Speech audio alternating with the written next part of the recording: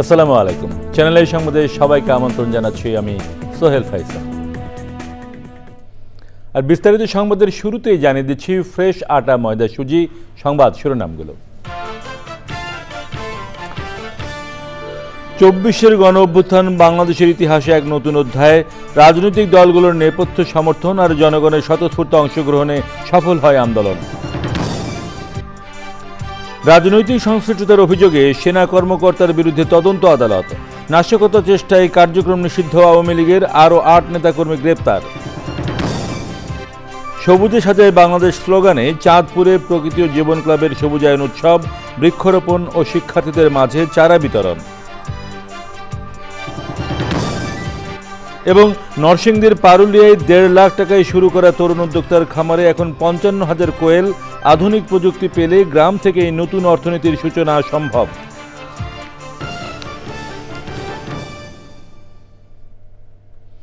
প্রিয় দর্শক, সংবাদ শিরোনামগুলো জানাচ্ছিলাম। এখনকার এই সংবাদ আয়োজন একই সঙ্গে চ্যানেলের ইউটিউব চ্যানেলে এবং চ্যানেলের ওটিটি প্ল্যাটফর্ম আই স্ক্রিনে লাইভ স্ট্রিম হচ্ছে। যাচ্ছি বিস্তারিত সংবাদে। ছাত্র জনতার অভ্যুত্থানের ১ বছর।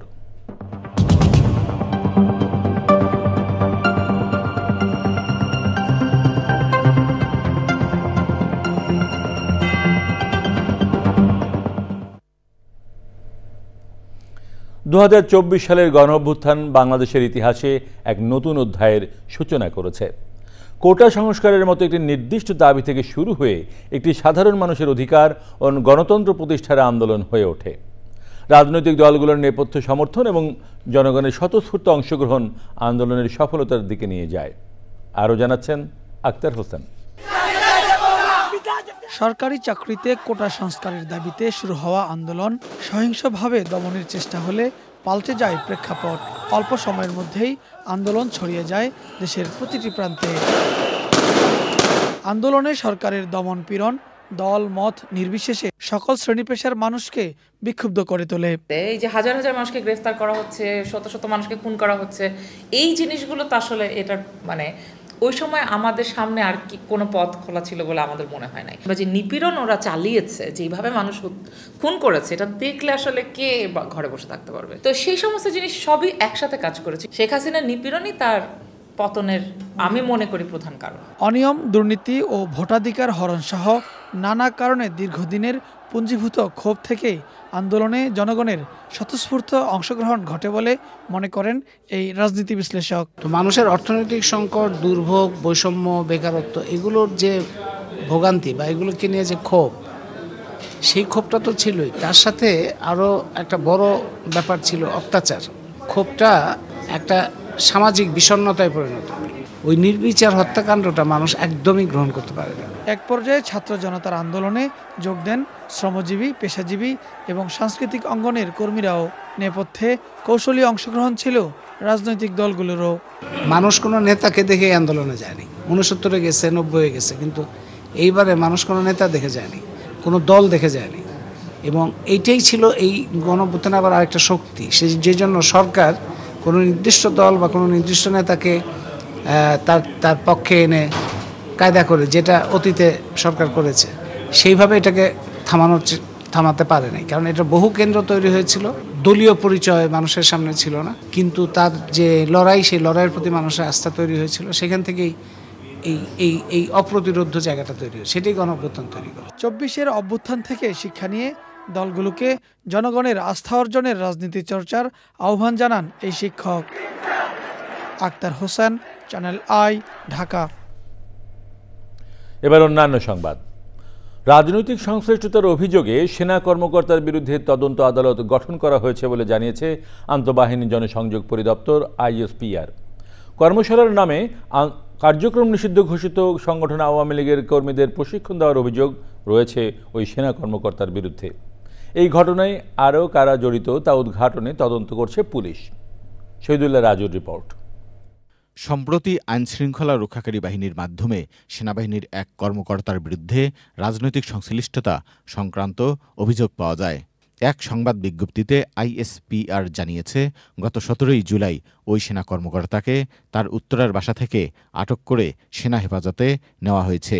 প্রাথমিক তদন্তে অভিযোগের সত্যতা পাওয়ার কথা জানিয়েছে আইএসপিআর। প্রাপ্ত তথ্য প্রমাণের ভিত্তিতে তার বিরুদ্ধে সেনাবাহিনীর প্রচলিত আইন ও বিধি অনুযায়ী যথাযথ শাস্তিমূলক ব্যবস্থা গ্রহণ করা হবে। কর্মস্থল থেকে অনুপস্থিত থাকায় তার বিরুদ্ধে আরেকটি তদন্ত আদালত গঠন করা হয়েছে।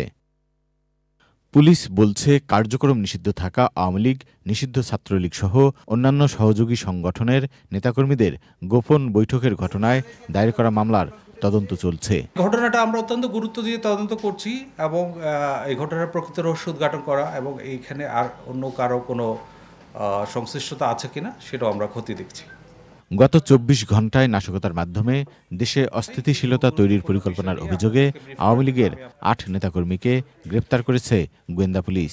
সাম্প্রতিক সময়ে রাজধানীর আইনশৃঙ্খলা পরিস্থিতি বিনষ্ট করার জন্য কিছু লোক বিভিন্নভাবে অপচেষ্টা অব্যাহত রেখেছে। তারই প্রেক্ষিতে কার্যক্রম নিষিদ্ধ আওয়ামী লীগ এবং তার অঙ্গ সংগঠনের 8 জন নেতাকর্মীকে গ্রেফতার করা হয়। প্রাপ্ত গোয়েন্দা তথ্য আছে, সেগুলো যাচাই বাছাই করে কারো বিরুদ্ধে যদি সুনির্দিষ্ট অভিযোগ থাকে, কোনো রকম আইনশৃঙ্খলা বিনষ্ট করার চেষ্টায় জড়িত থাকার অভিযোগ পাওয়া যায়, সেক্ষেত্রে আমরা গ্রেফতারগুলো করছি। মামলার তথ্য অনুযায়ী 8 জুলাই বসুন্ধরা সংলগ্ন একটি কনভেনশন সেন্টারে নিষিদ্ধ ছাত্রলীগ গোপন বৈঠকের আয়োজন করে। Shahidullah Raju, channel I, Dhaka. সংসদীয় আসনের সীমানা নির্ধারণে কেউ যেন প্রভাবিত করতে না পারে সেদিকে লক্ষ্য রাখার পরামর্শ দিয়েছেন নির্বাচন বিশ্লেষক মুনিরা খান। সীমানা নিয়ে আপত্তিগুলো যথাযথভাবে নিষ্পত্তি করার আহ্বান জানান তিনি। নির্বাচন বিশেষজ্ঞ আব্দুল আলিম মনে করেন, সীমানার খসড়া সবার কাছে গ্রহণযোগ্য হওয়া উচিত। নাজিব বেগের রিপোর্ট। দ্বাদশ সংসদের 261 আসনের সীমানা বহাল রেখে ত্রয়োদশ সংসদ নির্বাচনে 39টি আসনে ছোটখাটো পরিবর্তন করে নতুন সীমানার খসড়া প্রকাশ করেছে নির্বাচন কমিশন। পরিবর্তনের মধ্যে গাজীপুরে 1টি আসন বেড়েছে এবং বাগেরহাটে কমেছে 1টি। ইসির প্রস্তাবিত সীমানা নিয়ে আপত্তি জানানো শুরু হয়েছে। সংসদীয় আসনের সীমানা নিয়ে প্রার্থী বা ভোটার কেউ যেন বঞ্চিত না হয় সে বিষয়টি লক্ষ্য রাখার পরামর্শ বিশ্লেষকদের। যেখানে কমানো হলো সেখানে ভোটারদের অধিকার বঞ্চিত হলো কিনা, তারা যিনি এতদিন যিনি জায়গাটা তৈরি করেছিলেন তার হাত থেকে একটা জায়গা চলে গেল, সেই চলে যেয়ে সেই ভোটাররা সেই জায়গাটা কোথায় যে কার উপরে পড়লো সে সমস্ত কিছু দেখবার আছে। যেখানে দেখানো হচ্ছে যে আমাদের এখানে আগের থেকে অনেক বেশি ভোটার হয়ে গেছে এবং এখানে লোক সংখ্যা বেড়ে গেছে, এখানে কোনো ম্যানিপুলেশন আগের থেকে যারা ছিলেন ওখানে তারা করেছেন কিনা সেই দিকটা কিন্তু আমার মনে হয় ইলেকশন কমিশন নতুন করে যাচাই বাছাই এদের আবেদনের ভিত্তিতে করতে পারেন। তবে সীমানার খসড়াকে সন্তোষজনক মনে করছেন নির্বাচন বিশেষজ্ঞ আব্দুল আলিম।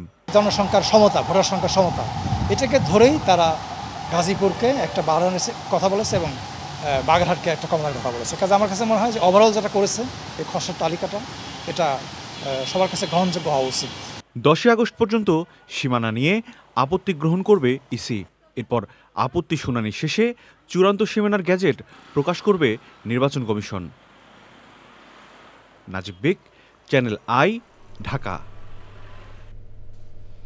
ভবিষ্যতের নিরাপদ আবাস বিনির্মাণে সবুজে সাজায় বাংলাদেশ স্লোগানে চাঁদপুরে প্রকৃতি ও জীবন ক্লাবের সবুজায়ন উৎসব।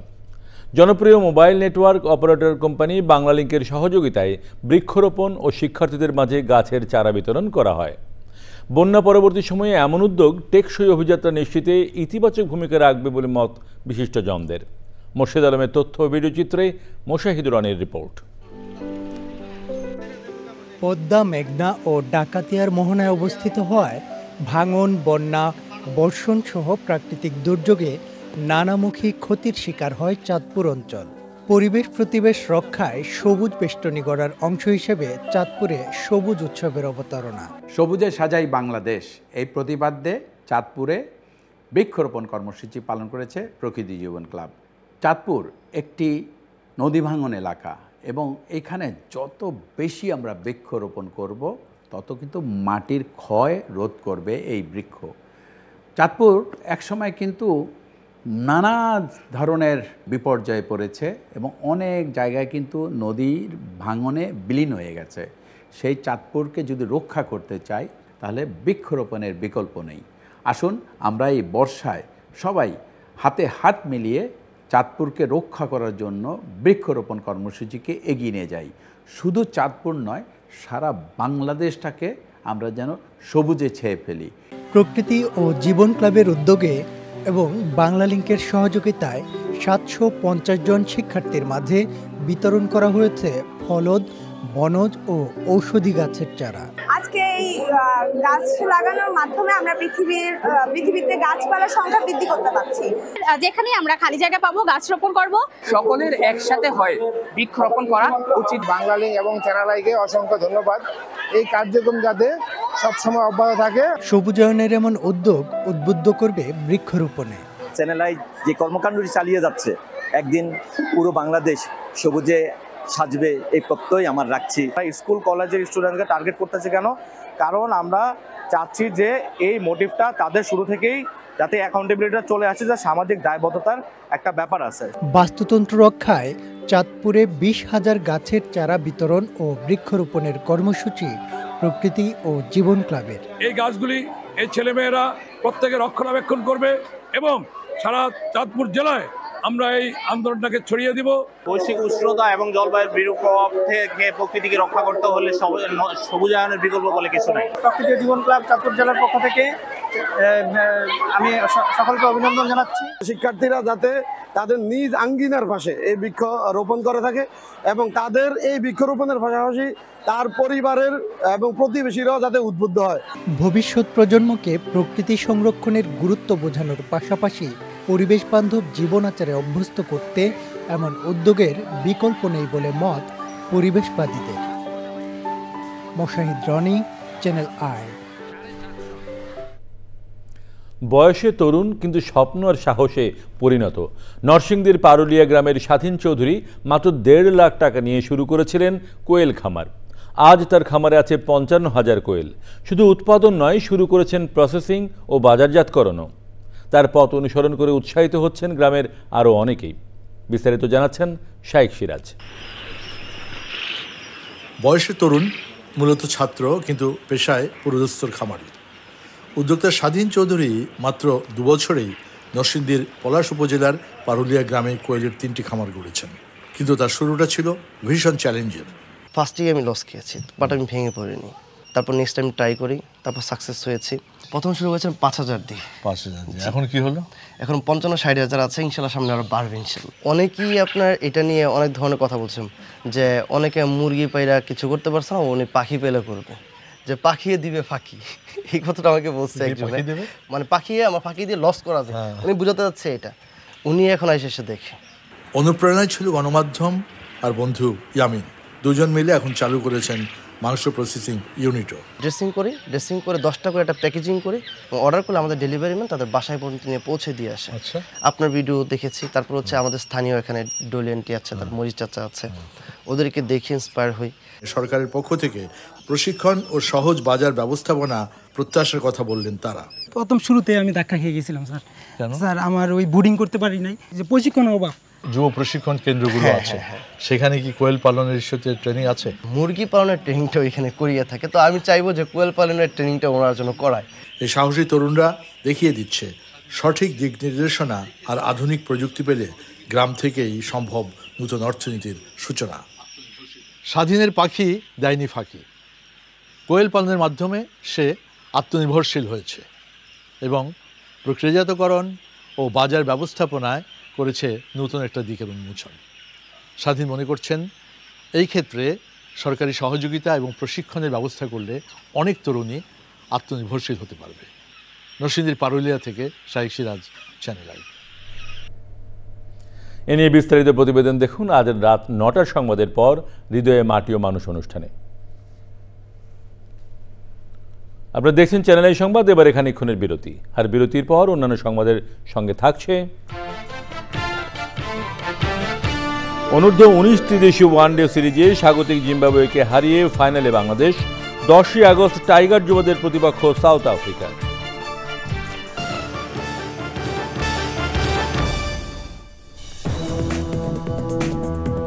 সংবাদে আবার আমন্ত্রণ।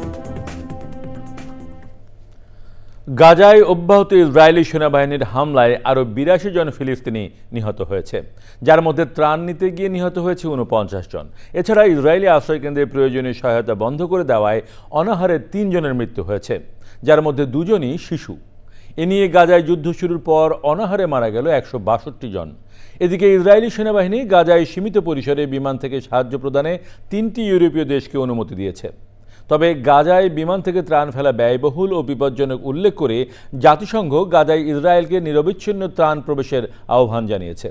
ইয়েমেনের হুতিরা তেল আবিবের বেন গুরিয়ন আন্তর্জাতিক বিমানবন্দরে একটি ব্যালিস্টিক ক্ষেপণাস্ত্র নিক্ষেপের দাবি করেছে, তবে ইসরায়েলি সেনাবাহিনী সেটিকে প্রতিহতের দাবি জানিয়েছে।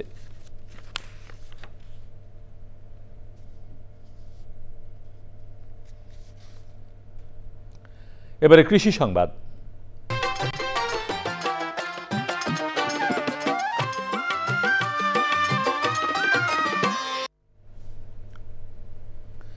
নীলফামারীর তরুণ উদ্যোক্তা আবু রায়হানের শখ থেকে শুরু রঙিন মাছ চাষ। রঙিন মাছ চাষ করে তিনি যেমন স্বাবলম্বী হয়েছেন, তেমনি উৎসাহিত করছেন অনেক তরুণকে।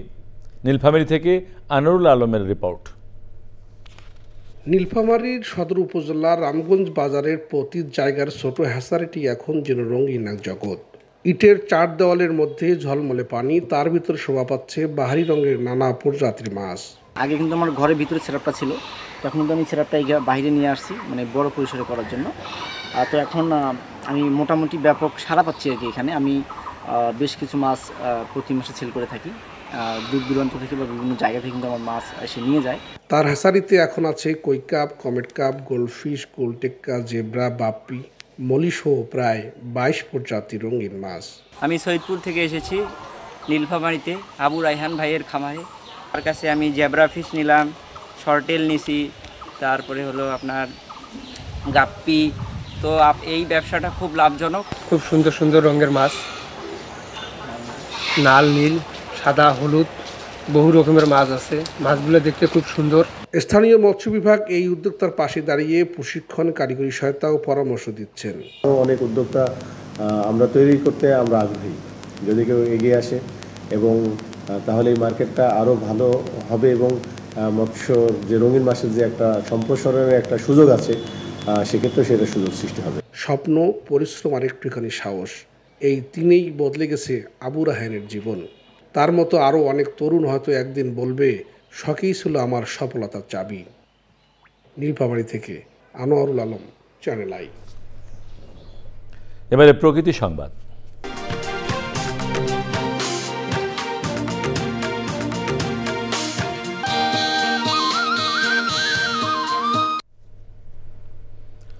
$830 কোটি টাকা ব্যয়ে বাঁধ নির্মাণ শেষ হওয়ার আগেই দেখা দিয়েছে ধস আর ভাঙন।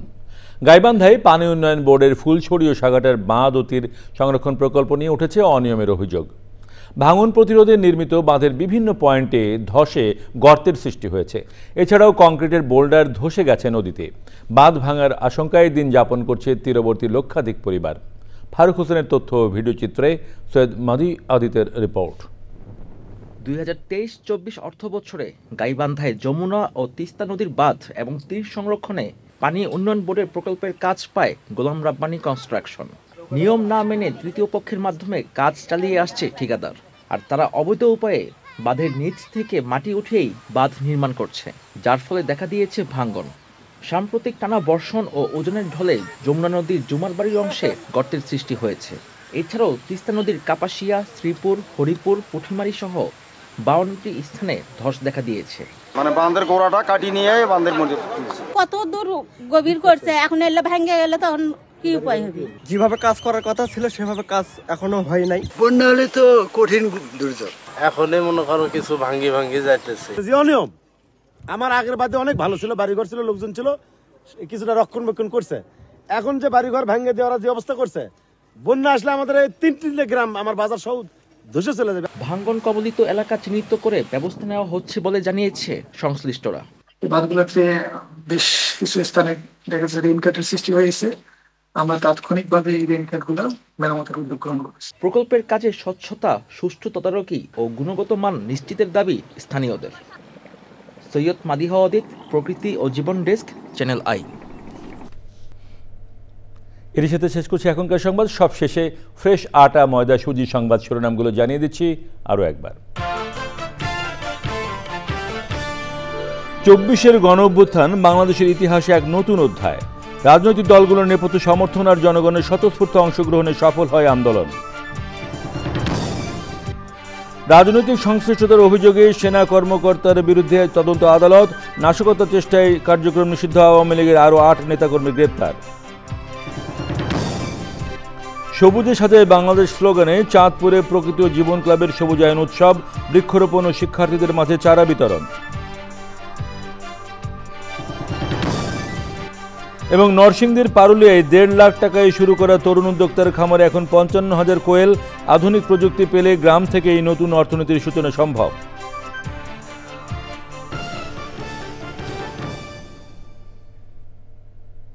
প্রিয় দর্শক, চ্যানেলের সর্বশেষ সংবাদ জানতে ভিজিট করুন channelonline.com-এ। যুক্ত থাকুন আমাদের সোশ্যাল মিডিয়া প্ল্যাটফর্মগুলোর সাথে। আমাদের পরের সংবাদ দেখার আমন্ত্রণ রইল। সবাইকে ধন্যবাদ।